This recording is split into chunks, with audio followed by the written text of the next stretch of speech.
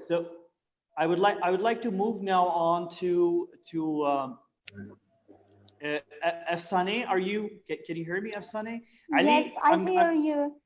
Perfect. Ali, I'm coming to you after Efsane. So Efsane, please introduce yourself very quickly, and then please move on to your work as a journalist in Azerbaijan. And maybe if you, I understand that you're working for Voice of Karabakh, and that's the region which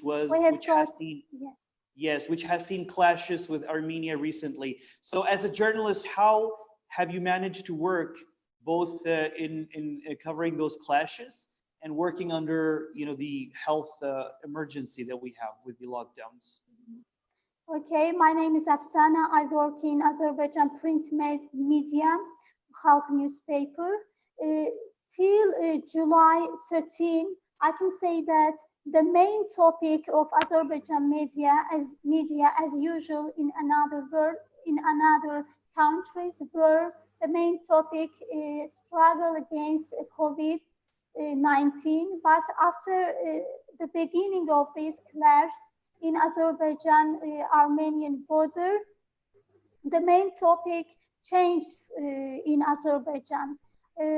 All journalists, all news agencies, TVs and radio stations began to cover these clashes, and a lot of journalists began to visit, to send their reporters to this region.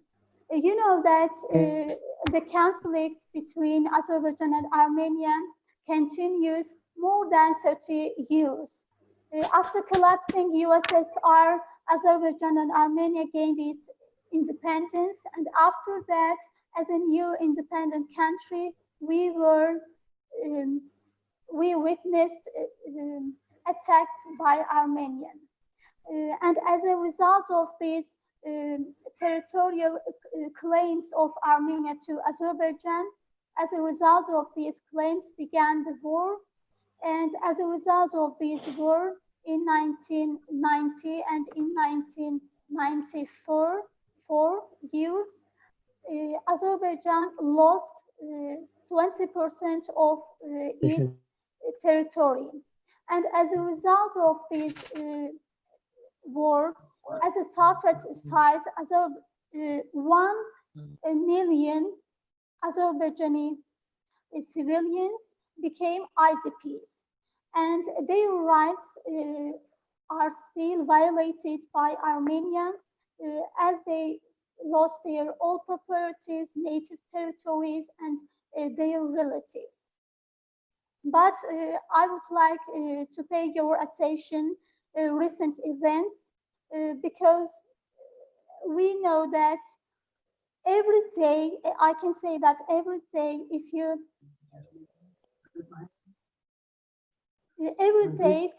Azerbaijan witness ceasefire violations in the front line and also in the border Armenia and Azerbaijan.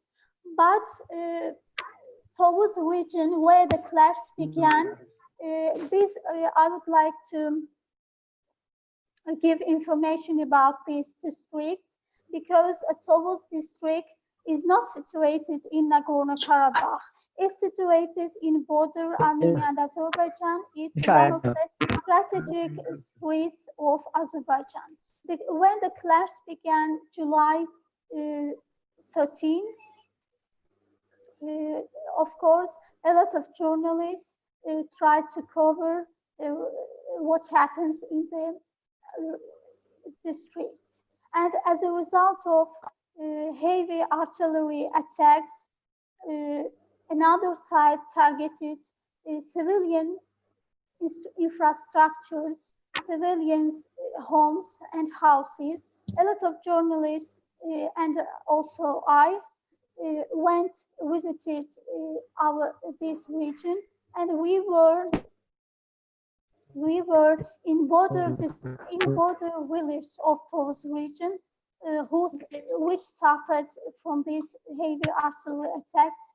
I would like to say that my relatives are also from this region, and my relatives also live in Tovuz region.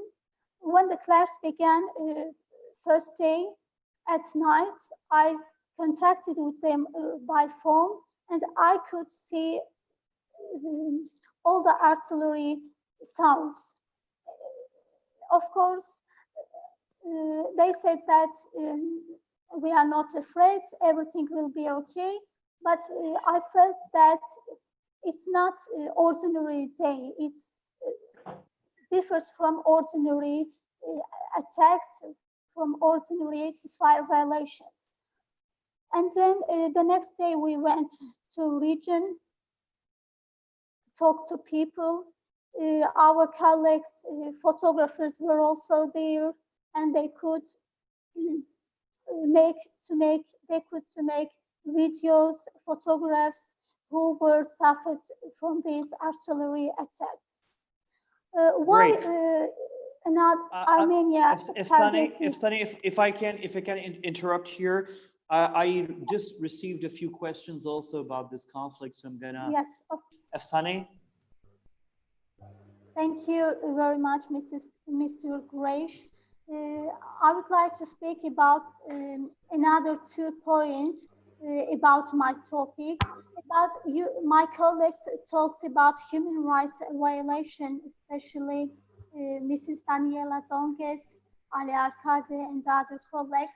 I think that human rights violations are very important, and this topic is very important not only for all countries and also for Azerbaijan too. My colleagues, Azerbaijan media, always raises this topic, especially 1 million IDPs rights. And I also cover this issue, and I cover about the different aspects of this Armenian-Azerbaijan Nagorno-Karabakh conflict from different aspects, and also touch these people who lost their properties and native lands rights. I can say about recent clash that international media also covered recent clash between Armenian and Azerbaijan border towards the streets. They introduced all information, all objective information to international community. I think that the journalists should continue their activities who write about different conflicts, especially in Middle East and also in the Caucasus region. I know other colleagues who ask me a lot of questions about the conflicts. I try to ask them, to answer them all of their, sorry. Right. Thank you very much.